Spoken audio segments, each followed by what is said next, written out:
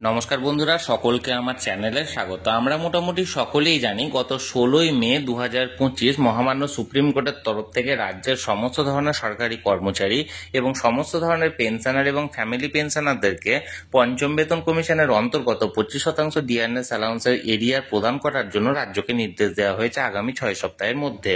এবং এই 25% ডিআরএস অ্যালাউন্সের এরিয়ার প্রদান নিয়ে সরকারের প্রস্তুতি এই মুহূর্তে তুঙ্গে, এবং এই প্রস্তুতি সংক্রান্ত এই মুহূর্তে একটি অত্যন্ত বড় খবর সামনে এসেছে। কি সেই খবরে কি কি বলা হয়েছে সকল কিছু আজকের ভিডিওতে বিস্তারিতভাবে আলোচনা করব।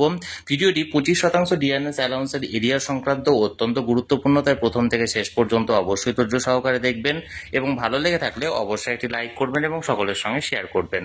আর সেই সাথে এই চ্যানেলে যদি প্রথমবার হয়ে থাকেন এই রকমের ইনফরমেটিভ ভিডিও আরো দেখার জন্য যারা এখনো পর্যন্ত এই চ্যানেলটিকে সাবস্ক্রাইব করেননি তারা অবশ্যই চ্যানেলটিকে সাবস্ক্রাইব করে নিতে ভুলবেন না। তাহলে চলুন আমরা বিস্তারিত জেনে নিই। দেখুন, এটি একটি নামী সংবাদপত্রের প্রতিবেদনের অংশ। এখানে হেডলাইন্স দেওয়া হয়েছে ডিএ এরিয়ার্স ব্রেকিং, সামনের সপ্তাহে 25% ডিএর বিজ্ঞপ্তি, জরুরি বৈঠক সারলেন মুখ্যমন্ত্রী, নবান্নে তৎপরতা তুঙ্গে। এটি একটি নামী সংবাদপত্রের প্রতিবেদনের হেডলাইন্স ছিল। এবার মূল প্রতিবেদনে কি বলা হয়েছে চলুন আমরা বিস্তারিত জেনে নিই। দেখুন, এখানে বলা হয়েছে ডিএ এরিয়ার্স, অবশেষে প্রতীক্ষার অবসান ঘটতে চলেছে রাজ্য সরকারি কর্মীদের। বকেয়া ডিএ নিয়ে রাজ্য সরকারের অন্দরে তৎপরতা তুঙ্গে। সম্প্রতি মুখ্যমন্ত্রী মমতা বন্দ্যোপাধ্যায়ের নেতৃত্বে এক উচ্চ পর্যায়ের বৈঠকে ডিএ মেটানোর বিষয়ে গুরুত্বপূর্ণ সিদ্ধান্ত নেওয়া হয়েছে বলে সূত্রের খবর। এটা বারবার বলছি, এটা একটা নামী সংবাদপত্রের প্রতিবেদনের অংশ। এখানে যেটা বলা হয়েছে আমি সেটাই তুলে ধরছি। এই বৈঠকে উপস্থিত ছিলেন রাজ্যের মুখ্য সচিব মনোজ পন্ত এবং অর্থ সচিব প্রভাত মিশ্র। সুপ্রিম কোর্টের নির্দেশে বকেয়া 25% মহার্ঘ ভাতা বা ডিএ নিয়ে রাজ্য সরকারের এই পদক্ষেপে কর্মীদের মধ্যে আশার আলো দেখা গেলেও কিছু বিষয় নিয়ে ধোঁয়াশা থেকেই যাচ্ছে। সাম্প্রতিক বৈঠকে সুপ্রিম কোর্টের নির্দেশ মেনে চলতি মাসেই বকেয়া ডিএ মেটানোর বিষয়ে রাজ্য সরকার মনস্থির করেছে।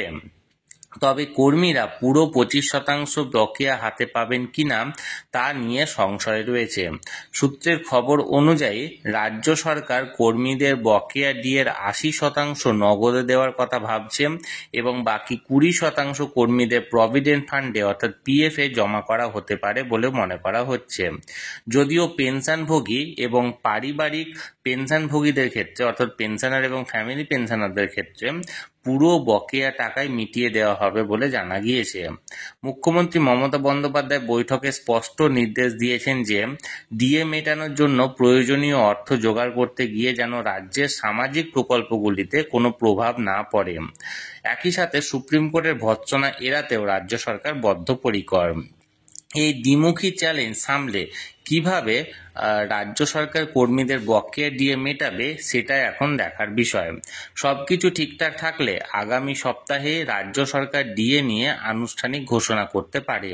তবে এর জন্য প্রয়োজনীয় 4,000 কোটি টাকার ঋণের অনুমোদন প্রয়োজন। আগামী 4 আগস্ট সুপ্রিম কোর্টে বাকি 75% ডিএ মামলা শুনানি রয়েছে। এই শুনানিতেই নির্ধারিত হবে ডিএ কর্মীদের মৌলিক অধিকার কিনা।